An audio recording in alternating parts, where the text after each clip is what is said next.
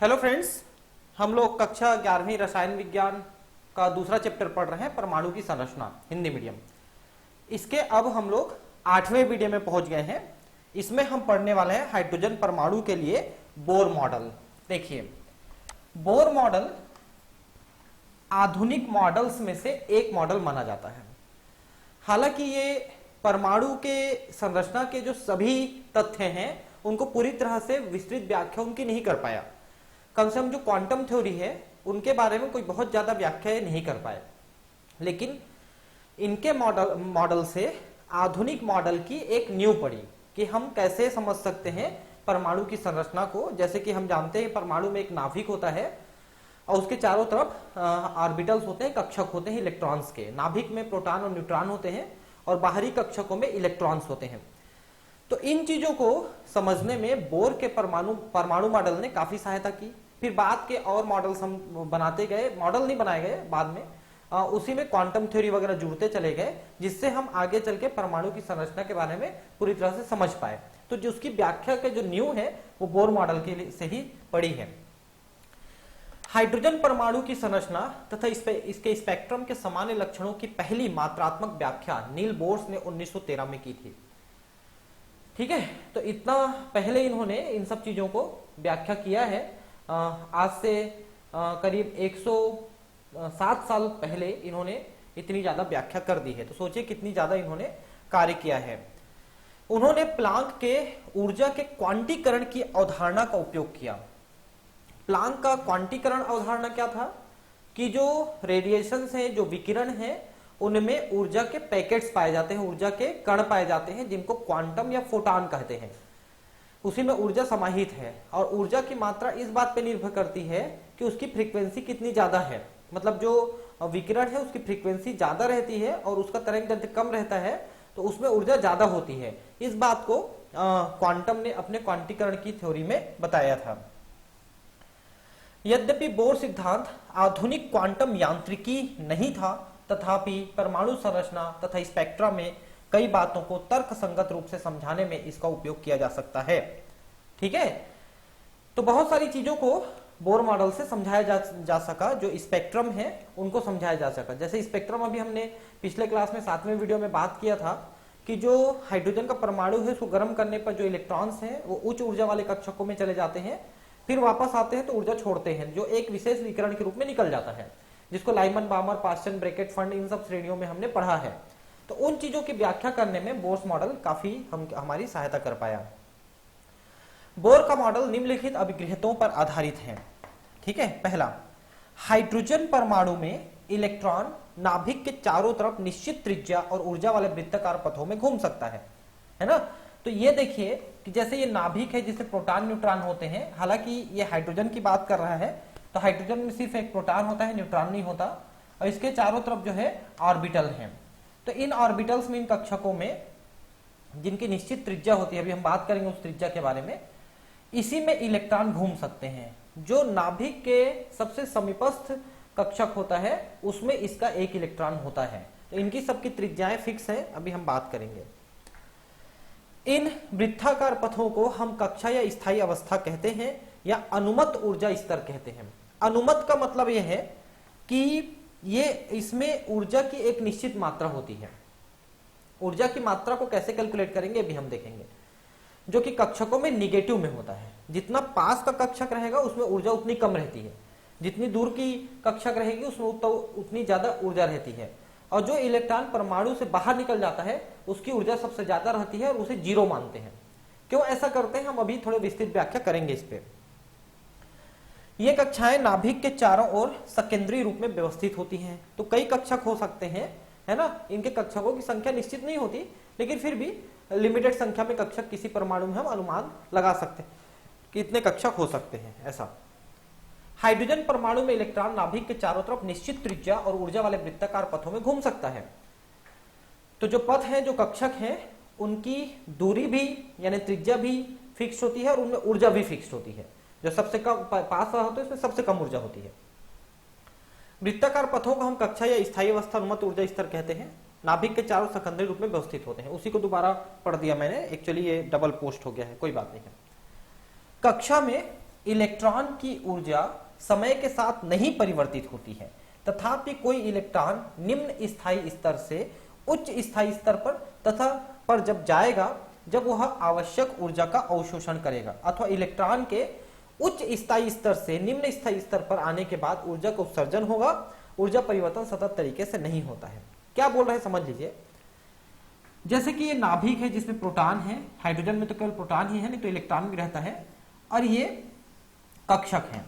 ठीक है, तो मान लो ये प्रथम कक्षक में उपस्थित है इलेक्ट्रॉन, तो अगर इसको हम ऊर्जा देते हैं तो ऊर्जा अवशोषित करके ये उच्च ऊर्जा वाले कक्षकों में जा सकता है, ऊर्जा को अवशोषित करेगा, क्योंकि उधर जाने के लिए इनको ज्यादा ऊर्जा चाहिए। लेकिन ये उनकी उत्तेजित अवस्था कहलाती है। बाद में इलेक्ट्रॉन उन्हीं अवशोषित ऊर्जा को उत्सर्जित करके वापस अपने पुराने वाली अवस्था में आ जाता है, जिसको स्थायी अवस्था कहते हैं। उत्तेजित अवस्था स्थायी अवस्था नहीं है, और वो उतना ही ऊर्जा छोड़ेगा जितना कि वो स्थायी कक्षक में आने के लिए छोड़ना पड़ता है। दूसरा चीज ये है कि ये जो इलेक्ट्रॉन है इस पथ में घूमते समय किसी प्रकार की ऊर्जा उत्सर्जित नहीं करेगी, इसलिए ये कक्षा स्थायी है और वो इलेक्ट्रॉन उसमें हमेशा घूमते रहेगा। अगर इस कक्षक में घूमते समय भी अगर वो ऊर्जा उत्सर्जित करता तो फिर ये आगे चल के नाभिक में गिर जाता और प्रोटॉन के साथ मिल जाता, लेकिन ऐसा नहीं होता है। उसमें एक निश्चित कोणीय संवेग होता है जिसके द्वारा वो घूमते रहता है और वो ऊर्जा का उत्सर्जन नहीं करता। लेकिन जब उच्च ऊर्जा कक्षकों में जाता है तो ऊर्जा अवशोषित करके जाता है और ऊर्जा उत्सर्जित करके वापस अपने पुराने कक्षक में आ सकता है। ये इसमें बताया गया है। लेकिन ऊर्जा परिवर्तन सतत तरीके से नहीं होता। इसका यही मतलब होता है कि ऊर्जा उच्च कक्षक से निम्न कक्षक या निम्न कक्षक से उच्च कक्षक में जाते समय ही परिवर्तन होगा। एक बार ये माइग्रेट कर जाते हैं, माइग्रेट हो जाते हैं, पहुंच जाते हैं, उसके बाद ऊर्जा का अवशोषण या उत्सर्जन नहीं होगा, मतलब सतत रूप से नहीं होगा। जैसा मैंने कहा कि वो घूम रहा है उस समय वो उत्सर्जन या अवशोषण, मतलब उत्सर्जन तो नहीं करेगा कम से कम, है ना। जैसे मान लो पहले कक्षक में घूम रहा है, निम्नतर ऊर्जा वाले कक्षक में घूम रहा है, तो फिर वो और ऊर्जा उत्सर्जित नहीं करेगा, तो सतत ऊर्जा उत्सर्जित नहीं करेगा, एक फिक्स ऊर्जा उत्सर्जित करके वो उसी कक्षक में घूमता रह जाएगा, ऐसा है। डेल ई यानी ऊर्जा का अंतर वाली दो स्थायी अवस्थकों के संक्रमण के समय अवशोषित या उत्सर्जित विकिरण को निम्न रूप में दिखाया जा सकता है। तो देखिए, जैसे मान लो आपने निम्न कक्षा में जो घूम रहा इलेक्ट्रॉन है उसको ऊर्जा दिया, उच्च कक्षक में गया या उच्च कक्षक से ऊर्जा उत्सर्जित करके वापस अपने निम्न कक्षक में आया, तो उस समय कौन से तरंग दैर्ध्य या कौन सी आवृत्ति को अवशोषित करेगा या उत्सर्जित करेगा, उसकी गणना हम कर सकते हैं न्यू से।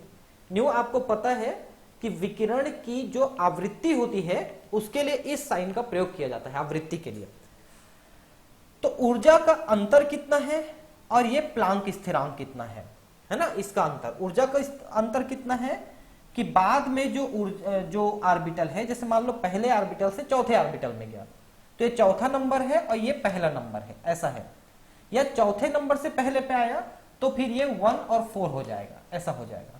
तो दोनों के ऊर्जा स्तरों पे ये अंतर आएगा कि ऊर्जा अवशोषित कर रहा है या उत्सर्जित कर रहा है। जैसे पहले से दूसरे तीसरे चौथे में जाएगा तो अवशोषित करेगा, लेकिन चौथे पांचवें से दूसरे तीसरे पहले में आएगा तो उत्सर्जित करेगा। ठीक है, तो ये E1 और E2 क्रमशः निम्न और उच्च अनुमत ऊर्जा अवस्थाएं हैं। ध्यान रखेंगे हमेशा कि E2 जो है ज्यादा ऊर्जा वाली अवस्था है। जैसे कि मान लो ये नाभिक है, ये प्रथम है, ये द्वितीय कक्षक है, तो द्वितीय कक्षक में ज्यादा ऊर्जा रहेगा इसलिए ये E2 होगा और ये E1 होगा, है ना। मान लो इसके ऊपर और कोई कक्षक रहता तो E2 इनमें से कोई हो सकता था और इनमें से कोई E1 हो सकता था। उच्च ऊर्जा वाला E2 रहेगा। इस समीकरण को बोर के आवृत्ति का नियम कहते हैं। ठीक है, आवृत्ति किस चीज की आवृत्ति? जो ऊर्जा अवशोषित हुई, विकिरण अवशोषित हुई, ऊर्जा अवशोषित हुई उसकी आवृत्ति, या जो उत्सर्जित हुई उसकी आवृत्ति, दोनों में से कोई भी हो सकती है। ठीक है, ऐसा है। इलेक्ट्रॉन का कोणीय संवेग क्वांटीकृत होता है। द्विस्थायी अवस्था में इसे निम्नलिखित समीकरण के द्वारा दर्शाया जा सकता है। देखिए, कोणीय संवेग क्वांटित होता है का मतलब देखिए, संवेग का मतलब आप समझते हो ना कि किसी भी पदार्थ की गति, स्पीड क्या है और उसका वजन क्या है, मास, द्रव्यमान। द्रव्यमान और गति का गुणा जो है संवेग होता है। लेकिन यहां पर गति ऐसे वृत्ताकार पथ में है तो इसलिए हम इसको कोणीय संवेग कहेंगे। सीधा गति करता है तो हम उसे सिंपल संवेग कहते हैं, मोमेंटम। लेकिन जब कोई वृत्ताकार पथ में गति करता है तो उसको हम कोणीय संवेग कहते हैं, जिसको ओमेगा से दर्शाते हैं। ठीक है, तो कोणीय संवेग क्वांटित होता है का मतलब क्या है कि जिस संवेग से ऐसे घूम रहा है वो घूमता रहेगा, ये अपनी ऊर्जा का उत्सर्जन नहीं करेगा और जितनी ऊर्जा उसमें है उतनी ऊर्जा बनी रहेगी, इसलिए क्वांटित लिख रहा है। क्वांटीकरण का मतलब होता है फिक्स्ड हो जाना, उतनी ऊर्जा उसमें रह जाना, उसे क्वांटित रहना कहते हैं। तो कोणीय संवेग का मतलब यह है कि जिस संवेग से वो घूम रहा है वो संवेग फिक्स रहेगा, वो ऊर्जा का उत्सर्जन और नहीं करेगा, अपने स्थायी अवस्था से और ऊर्जा उत्सर्जित नहीं करेगा। हाँ, अगर उत्तेजित अवस्था में चला गया है अवशोषित करके ऊर्जा को, तो उतनी ऊर्जा उत्सर्जित करके वापस स्थायी अवस्था में आ जाएगा। लेकिन जिस कक्षक में स्थायी रूप से घूम रहा है उसके बाद वो और ऊर्जा उत्सर्जित नहीं करेगा, इसलिए उसका जो कोणीय संवेग है वो फिक्स्ड हो जाएगा। तो फिक्स्ड होना क्वांटीकृत होना है। दी हुई स्थायी अवस्था में इसे निम्नलिखित समीकरण के द्वारा दर्शाया जा सकता है। देखिए अब क्या है, MEVR।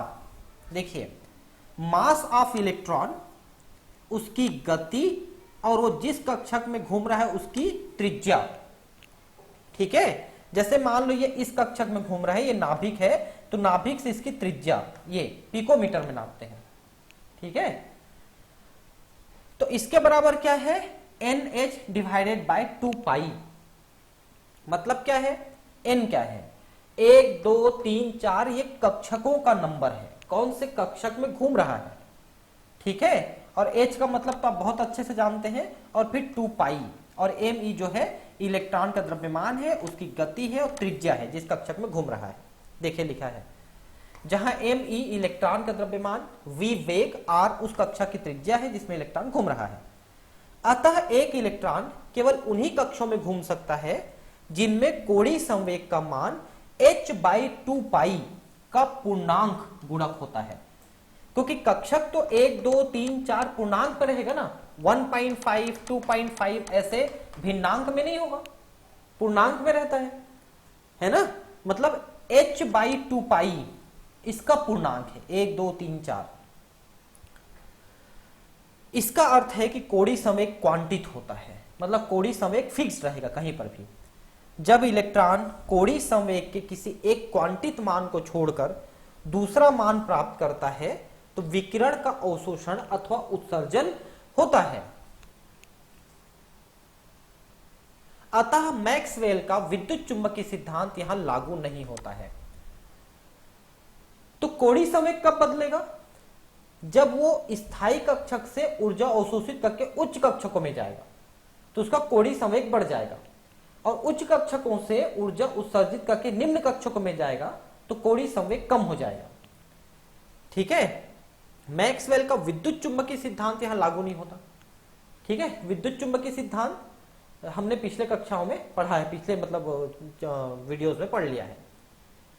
यही कारण है कि कुछ निश्चित कक्ष ही अनुमत होते हैं, है ना। ऐसा नहीं है कि एकदम 100-200 कक्षक हम मान लें, है ना। कक्षक अधिकतम कितने हो सकते हैं, 5 7 10 कक्षक हो सकते हैं। जो बड़े परमाणु होते हैं, जो बड़े तत्व होते हैं, जिनका परमाणु क्रमांक 100 100 102 4 5 होते हैं या 90 80 100 होते हैं, उनके कक्षक ज्यादा हो रहेंगे। और जिनमें परमाणु क्रमांक कम है, कुछ ही इलेक्ट्रॉन्स हैं, उनके कक्षक कम रहेंगे। हालांकि कक्षक अनंत हो सकते हैं, लेकिन एक्चुअली जो होते हैं वो कुछ निश्चित संख्या में ही होते हैं। बोर की स्थायी अवस्थाओं की ऊर्जाओं के विचलन के विषय में हम दी गई विस्तृत जानकारी काफी जटिल है, अतः उसे आगे की कक्षाओं में समझाया जाएगा।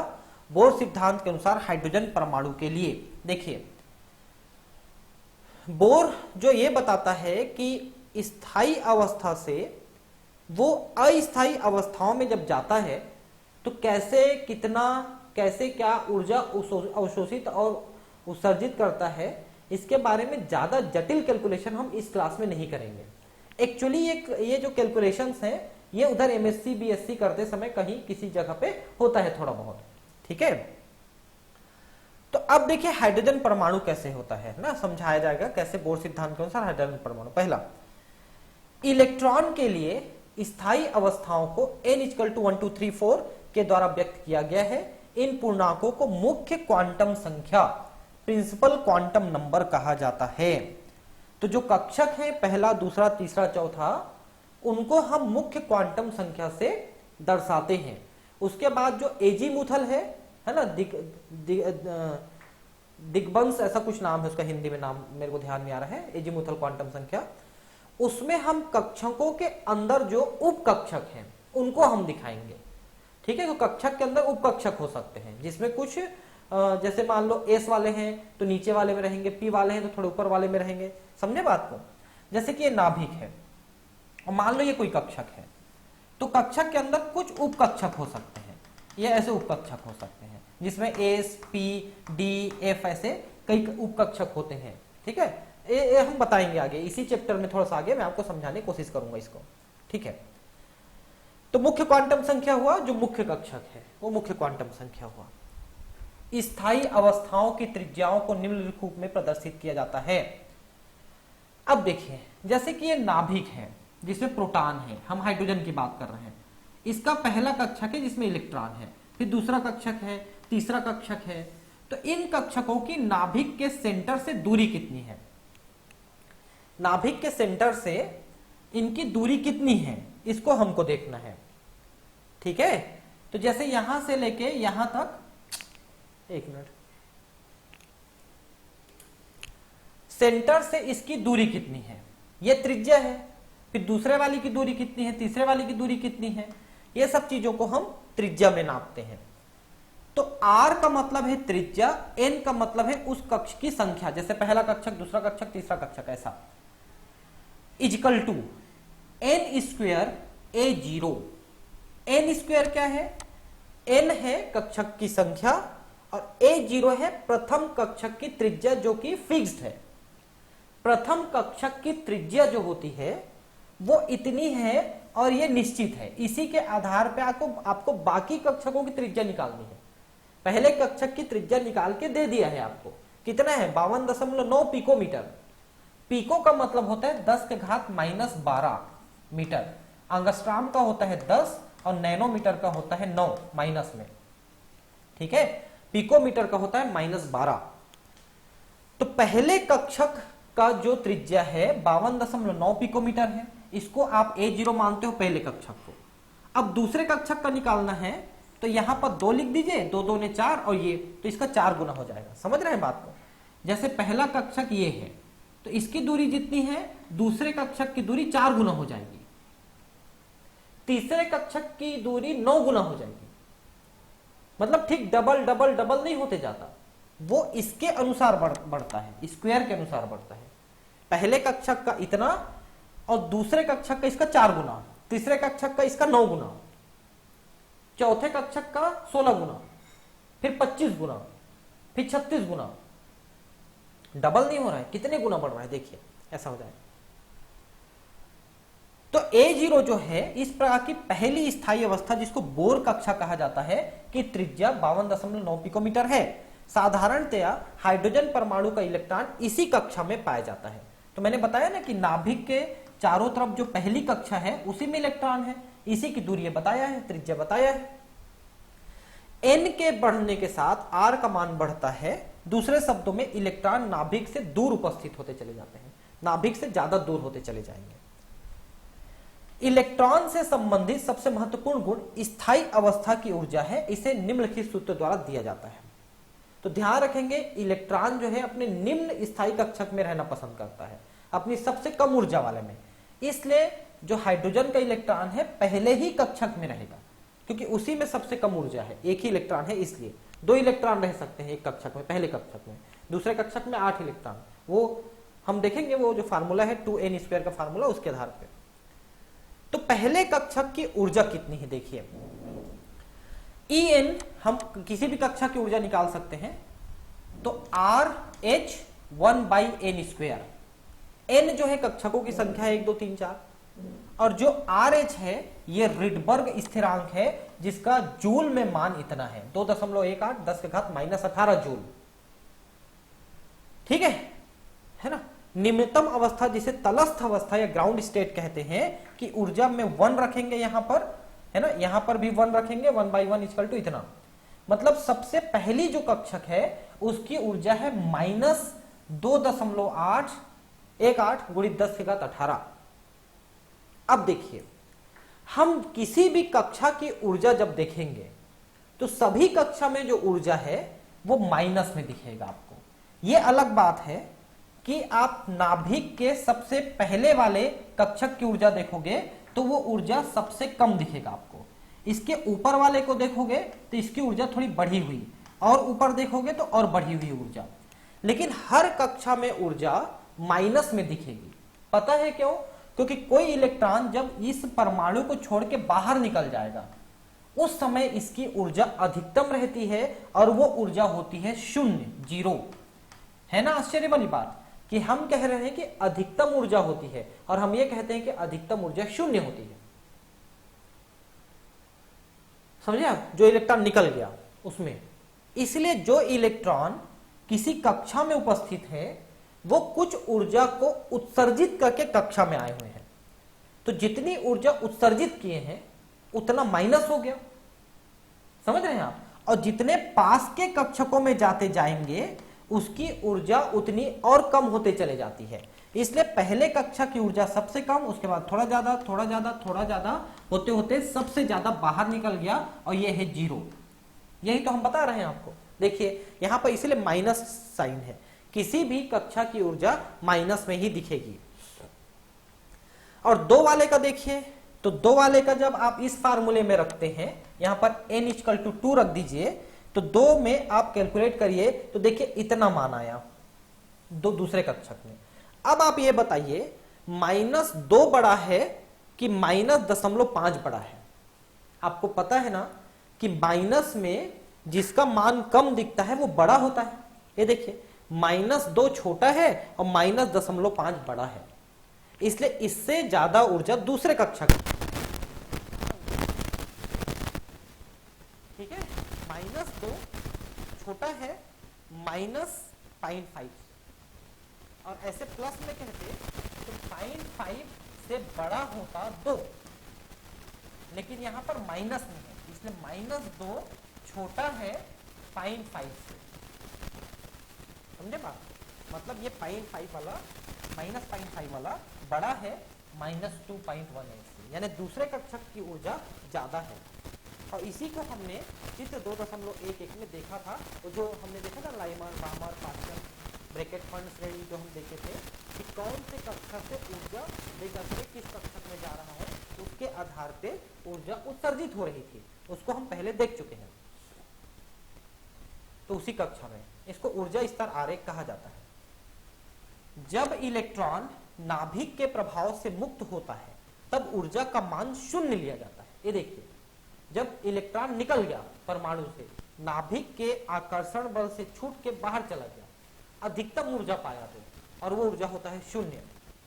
ऐसी स्थिति में इलेक्ट्रॉन मुख्य क्वांटम संख्या n = अनंत, क्योंकि अब वो उसके किसी कक्षक में नहीं है, अनंत कक्षक में चला गया, सबसे बाहर चला गया, स्थायी अवस्था से संबंधित होता है, अब वो बाहर चला गया, तथा आयनित हाइड्रोजन परमाणु कहलाएगा।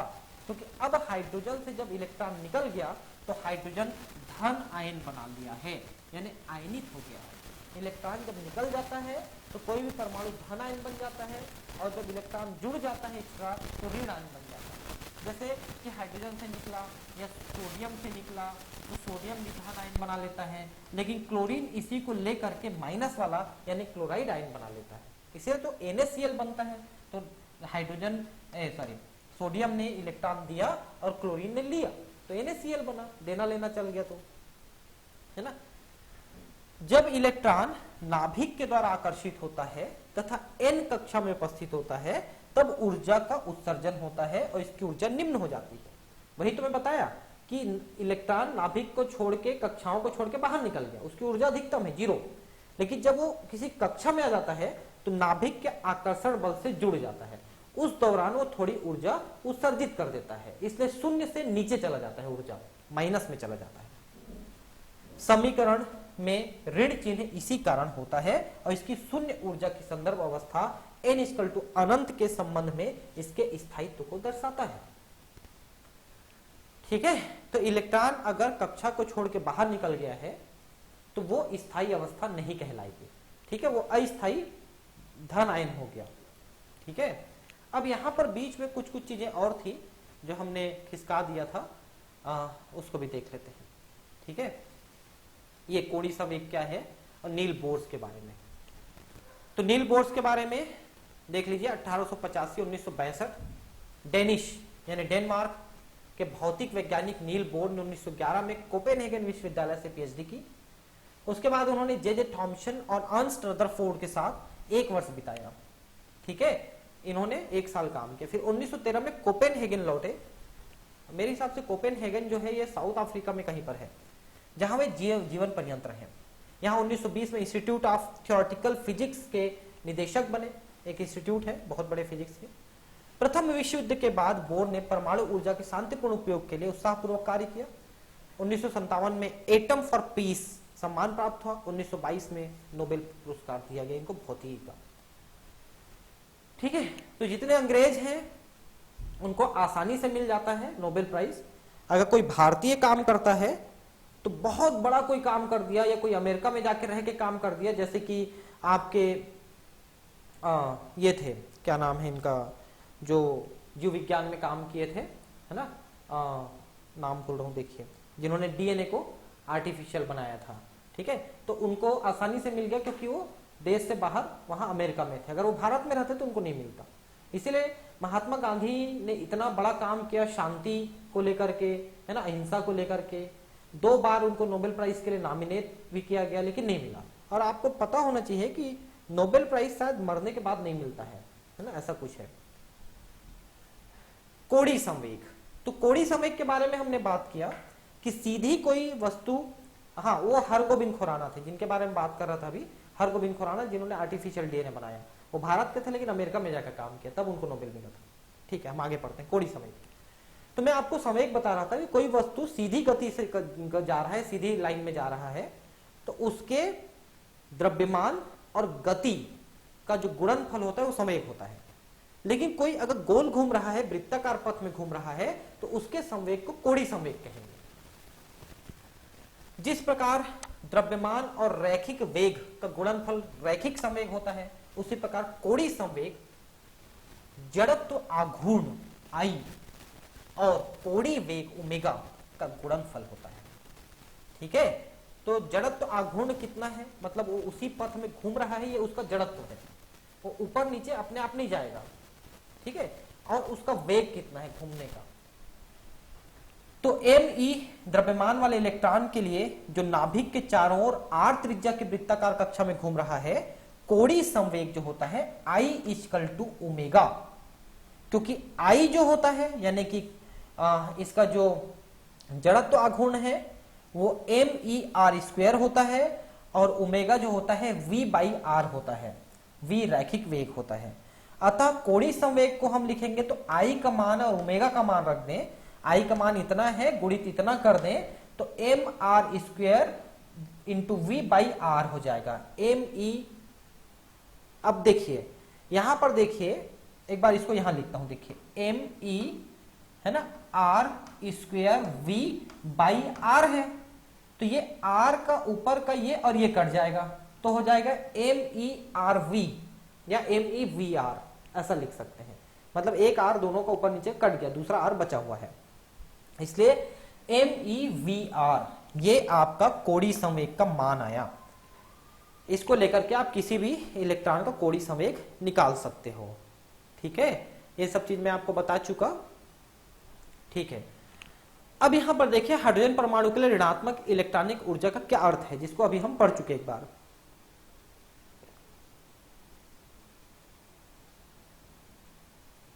तो ऋणात्मक ऊर्जा क्यों है, क्योंकि बाहर था तो उसकी ऊर्जा शून्य थी, जब वो अंदर आया किसी कक्ष में तो कुछ ऊर्जा उत्सर्जित कर दिया, तो शून्य से नीचे, 0 से नीचे माइनस में आ गया। वही चीज फिर से बता रहे हैं, तो चलिए पढ़ लेते हैं। अब लिखा है अलग से बॉक्स में। एक बात ध्यान रखिएगा, अगर आप नीट की तैयारी कर रहे हैं तो आपको मालूम होगा 2019 के नीट में केमिस्ट्री में भी और बायोलॉजी में भी आपका एनसीईआरटी से ही पूछा है। मेरा बायोलॉजी का भी चैनल चलता है, आपको पता होगा, बायोलॉजी गुरु डॉक्टर संतोष अग्रवाल के नाम से चलता है। तो अगर आप उसमें नहीं गए हैं तो आप कृपया वो चैनल देखें, और अगर आप बायोलॉजी चैनल देख चुके हैं और एक केमिस्ट्री भी देख चुके हैं तब तो बहुत अच्छा है, दोनों में हिंदी में पढ़ा रहा हूं। हाइड्रोजन परमाणु में हर संभव कक्षा में इलेक्ट्रॉन के मान में ऋण चिन्ह होता है। यह देखा आपने कि जो ऊर्जा है उसमें ऋण चिन्ह है। यह ऋण चिन्ह क्या दर्शाता है? इस ऋण चिन्ह का अर्थ यह है कि परमाणु में इलेक्ट्रॉन की ऊर्जा स्थिर अवस्था में स्वतंत्र इलेक्ट्रॉन से कम है, क्योंकि स्वतंत्र इलेक्ट्रॉन की ऊर्जा 0 है, अंदर आया तो कुछ ऊर्जा उत्सर्जित कर दिया इसलिए माइनस में हो गया। स्थिर अवस्था में स्वतंत्र इलेक्ट्रॉन वह इलेक्ट्रॉन होता है जो नाभिक से अनंत दूरी पर हो, इसकी ऊर्जा को शून्य मान लिया जाता है। गणित में इसका अर्थ यह है कि समीकरण में n = अनंत रखा जाए, जिससे एनर्जी अनंत बराबर 0 हो जाएगा। आप उसी फार्मूला में रखिएगा ना, जो ऊर्जा हम निकाल रहे थे, कौन से कक्षा की ऊर्जा कितनी है, तो उसमें अगर ये मान रखेंगे तो आपको 0 मिल जाएगा। जैसे ही इलेक्ट्रॉन नाभिक के पास आता है वैसे ही En का मान, निरपेक्ष मान बढ़ता जाता है और यह अधिक ऋणात्मक होते जाता है। जब n बराबर 1 हो तब ऊर्जा का मान सबसे अधिक ऋणात्मक होता है और यह कक्षा सबसे अधिक स्थायी होता है। हम इसे तलस्थ अवस्था कहते हैं, यानी कि इसको अपन स्टेबल स्टेज या सबसे नीचे का स्टेज हम मानते हैं। ठीक है, तो सबसे पहला जो कक्षक है उसकी ऊर्जा सबसे कम है, ये कहना है इनका। ठीक है, हाइड्रोजन परमाणु को स्थित एक इलेक्ट्रॉन के समान उन आयनों जिनमें केवल एक इलेक्ट्रॉन होता है पर भी बोर के सिद्धांत को लागू किया जा सकता है। देखिए, हमने क्या कहा कि हाइड्रोजन में एक इलेक्ट्रॉन है, तो हम उसमें बोर के सारे सिद्धांतों को लागू किए। अब मान लो किसी परमाणु में 2 इलेक्ट्रॉन, 3 इलेक्ट्रॉन, 4 इलेक्ट्रॉन है, हम उसमें बोर के सिद्धांत को लागू नहीं कर पा रहे हैं। लेकिन मान लो किसी परमाणु में 2 इलेक्ट्रॉन है, उसमें से एक को हम हटा दिए, एक इलेक्ट्रॉन बचा, अब उसमें हम उस सिद्धांत को लागू कर सकते हैं। वैसे 3 इलेक्ट्रॉन में से 2 को हटा दिए, एक बचा, या 4 में से 3 को हटा दिए, एक बचा। ऐसे देखिए, जैसे हीलियम में 2 इलेक्ट्रॉन थे, एक को हटाया तो He एक ही प्लस बना। लिथियम में 3 इलेक्ट्रॉन थे, 2 को हटाया इसलिए Li 2 प्लस बना। बेरिलियम में 4 इलेक्ट्रॉन थे, उसमें से 3 को हटाया, तो जितने इलेक्ट्रॉन को हटाएंगे, एक इलेक्ट्रॉन बचेगा, तो जितने इलेक्ट्रॉन को हटाएंगे उसको उतने +4 से दिखाएंगे। जरूरी नहीं है कि इलेक्ट्रॉन हटाने के बाद एक ही इलेक्ट्रॉन बचे, ये तो मैं आपको 2-3 परमाणुओं की बात कर रहा हूं। इनमें आप जितने या किसी भी परमाणु में जितने इलेक्ट्रॉन हटाते जाएंगे उतना धन आवेश आते जाएगा। ये तो बहुत सिंपल कंसेप्ट है ना। अब इनमें जब एक ही इलेक्ट्रॉन बच रहा है इन लोगों में, तो हाइड्रोजन जैसा ये बिहेव करने लगते हैं। ठीक है, और इनका भी अपन इसी तरह से निकाल सकते हैं। En यानी इनकी ऊर्जा किसी कक्षा में -2.18 10⁻⁻18 Z²/n²J। अब ये Z² क्या है? ये परमाणु क्रमांक है। जैसे कि हीलियम का परमाणु क्रमांक 2, लिथियम का परमाणु क्रमांक 3, बेरिलियम का परमाणु क्रमांक 4, इस टाइप का होता है। ठीक है, ये देखिए, त्रिज्या को भी हम निकाल सकते हैं। Rn = 52.9 पिकोमीटर, ये हम देखे थे नियरेस्ट वाले का, इंटू n², कौन से कक्षा का निकालना है और उसका परमाणु क्रमांक कितना है, इसको हम लेकर के हम किसी भी कक्षा की त्रिज्या को निकाल सकते हैं, उनमें जिनमें परमाणु में इलेक्ट्रॉन ज्यादा है। अब एक बात समझ लीजिए, जिनके नाभिक में प्रोटॉन ज्यादा है और जिनके चारों तरफ इलेक्ट्रॉन ज्यादा है, उनके कक्षकों की त्रिज्या कम होते जाती है, क्योंकि ज्यादा प्रोटॉन ज्यादा इलेक्ट्रॉन के बीच में आकर्षण बल ज्यादा होता है, तो खींच के ज्यादा पास में रहते हैं। समझ रहे हैं बात को? जैसे मान लो कि यहां पर एक प्रोटॉन है और यहां पर एक इलेक्ट्रॉन है, तो इनके बीच में जिस आकर्षण बल से जुड़े हैं, लेकिन अगर यहां पर 2 इलेक्ट्रॉन हो जाए और 2 प्रोटॉन हो जाए तो इनका आकर्षण बल ज्यादा हो जाएगा, तो ज्यादा खींच के पास आ जाएंगे। मतलब कि परमाणु के कक्षकों की त्रिज्या प्रोटॉन और इलेक्ट्रॉन की संख्या पे भी निर्भर करता है। जिनमें प्रोटॉन ज्यादा, इलेक्ट्रॉन ज्यादा और ज्यादा आकर्षण बल से जुड़े रहेंगे तो दूरी उनके बीच में कम हो जाएगी, तो कक्षकों की जो त्रिज्या है वो भी कम हो जाएगी। कुछ विशेष बातों को आपको बार बार मैं इसलिए बता रहा हूं कि ये चीजें आपको याद हो जाएं। हीलियम और लिथियम परमाणुओं के लिए इसका मान 2 और 3 है। परमाणु क्रमांक जानते हैं, लिथियम का, हीलियम का, बेरिलियम, बोरान, इनका, है ना। उपरोक्त समीकरणों से यह विदित होता है कि Z के मान बढ़ने के साथ ऊर्जा का मान अधिक ऋणात्मक हो जाता है तथा त्रिज्या कम हो जाती है। इसका अर्थ यह है कि इलेक्ट्रॉन नाभिक से दृढ़ता पूर्वक बंधा होता है, तो त्रिज्या भी कम हो जाती है और ऊर्जा भी कम हो जाती है। ऊर्जा और ऋणात्मक हो जाती है, उनकी ऊर्जा और कम हो जाती है, क्योंकि ज्यादा आकर्षण से ज्यादा पास आ जाते हैं और ज्यादा ऊर्जा निकल जाती है और ज्यादा स्ट्रांग बंध बन जाता है। मतलब जिनमें प्रोटॉन इलेक्ट्रॉन ज्यादा है उनमें से इलेक्ट्रॉन निकालना ज्यादा मुश्किल काम है बनिस्बत उनमें जिनमें कम होता है, क्योंकि बंध उनका कमजोर होता है, कम अगर है तो। ठीक है, इन कक्षाओं में गति करते हुए इलेक्ट्रॉनों के वेगों की गणना करना भी संभव है, यद्यपि इसके लिए एक सटीक समीकरण यहां नहीं दिया गया है। वेग कितना है, जिसको कोणीय वेग कह सकते हैं। गुणात्मक रूप से नाभिक पर धन आवेश के बढ़ने के साथ इलेक्ट्रॉन का वेग बढ़ता है तथा मुख्य क्वांटम संख्या के बढ़ने के साथ यह घटता है। ठीक है, तो यह बता रहा है, देखिए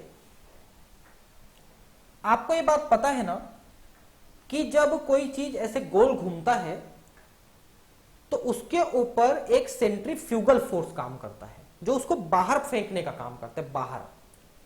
ठीक है, तो जितना जोर से घूमेगा बाहर फेंकने वाला बल उतना ज्यादा रहेगा। समझ रहे हैं बात को? अब ध्यान से समझिए, जैसे केंद्रक में प्रोटॉन है नाभिक में और चारों तरफ इलेक्ट्रॉन है। ठीक, अब नाभिक मतलब नाभिक में धन आवेश है, इलेक्ट्रॉन में ऋण आवेश है, तो नाभिक इसको आकर्षित करना चाहेगा, यानी ये इसको खींच के अपने में जोड़ना चाहेगा। लेकिन इलेक्ट्रॉन चूंकि घूम रहा है तो घूमते समय उनमें अपकेंद्रीय बल लग रहा है, सेंट्रीफ्यूगल फोर्स। अपकेंद्रीय बल इस इलेक्ट्रॉन को बाहर फेंकने का काम करता है, एक अंदर खींच रहा है, एक बाहर फेंक रहा है, इसलिए ये निश्चित पथ में गति कर रहा है। मान लो अंदर में प्रोटॉन की संख्या बढ़ती है तो इलेक्ट्रॉन को ये ज्यादा ताकत से आकर्षित करेंगे। उनसे बचने के लिए इनको अपकेंद्रीय बल को बढ़ाना पड़ेगा, यानी अपनी गति को भी बढ़ाना पड़ेगा, क्योंकि जो जितना जोर से घूमता है उस पर अपकेंद्रीय बल उतना ज्यादा लगता है, उतना ज्यादा ताकत के साथ बाहर फेंकता है। तो ज्यादा ताकत से आकर्षित कर रहा है तो फेंकने वाला ताकत को भी बढ़ाना पड़ेगा, तब वो बराबर घूम पाएगा, नहीं तो अंदर गिर जाएगा, वो यहां गिर जाएगा, लेकिन गिरता तो नहीं है। तो प्रोटॉन की संख्या बढ़ने के साथ जब आकर्षण बल बढ़ता है तो प्रतिकर्षण बल यानी अपकेंद्रीय बल को बढ़ाने के लिए इसको ज्यादा जोर से घुमाना पड़ता है। इसलिए जिनके परमाणु संख्या ज्यादा होती है उनके इलेक्ट्रॉनों की गति भी ज्यादा होती है, घूमने की गति, कोणीय संवेग वो भी ज्यादा होती है, ताकि वो ज्यादा अपकेंद्रीय बल भी प्राप्त कर सके। तो अपकेंद्रीय बल बाहर फेंकता है, प्रोटॉन अंदर खींचता है, दोनों बैलेंस हो जाते हैं तो घूमते रहता है, तो ज्यादा जोर से घूमेगा। अगर खींचने वाला बल बढ़ेगा तो ज्यादा जोर से घूमना पड़ेगा ताकि ज्यादा बाहर फेंक सके। ठीक है, और जैसे जैसे ये दूर होता जाएगा, दूर के कक्षकों में जाता जाएगा, आकर्षण बल भी कम होगा, तो अपकेंद्रीय बल को कम करने के लिए गति को भी कम करना पड़ेगा। यही कारण है देखिए कि सूर्य के चारों तरफ जो ग्रह चक्कर लगा रहे हैं, तो बुध, शुक्र, पृथ्वी, मंगल, बृहस्पति, शनि, यूरेनस, नेपच्यून, प्लेटो, अगर प्लेटो को शामिल किया तो जितना दूर जा रहे हैं ना उनके घूमने की गति सूर्य के चारों तरफ उतनी कम है, और जितना पास में है जैसे बुध है बहुत तेजी से घूम रहा है, हमारी पृथ्वी इसकी तुलना में कम तेजी से घूम रही है। ये सब में लागू होता है। ठीक है, अब हाइड्रोजन के रेखा स्पेक्ट्रम की व्याख्या हम नेक्स्ट क्लास में करेंगे कि कैसे कैसे ये कितने कितने तरंग दैर्घ्य की और तरंग संख्या की जो विकिरण है वो उत्सर्जित करता है या अवशोषित करता है, इसके बारे में हम नेक्स्ट क्लास में पढ़ेंगे। ठीक है दोस्तों, फिर मिलते हैं अगले क्लास में, है ना। Thank you.